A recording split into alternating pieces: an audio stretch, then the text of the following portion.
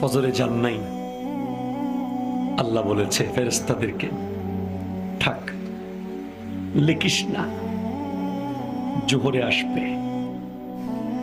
আমার বান্দা তো। আল্লাহ পানি বন্ধ করে দেব? না না না, আমার বান্দা। খানা বন্ধ করে দেব? না না না, আমার বান্দা। আমি না গাফফার, আমি আল্লাহ না ক্ষমাকারী। আল্লাহ দোষগুলো দুনিয়াকে দেখাই দেব? না না না, আমি সাত্তার। রহমতের চাদর দিয়ে ঢেকে রেখেছেন। আপনি জান নাই, আপনাকে হাইয়া আলাস সালাহ বলার পর আবার হাইয়া আলাল ফালাহ বলেছেন। হাইয়া আলাস সালাহ বললে হতো, ফালাহ কেন বললো? আরে তোর লাভের জন্য আয়।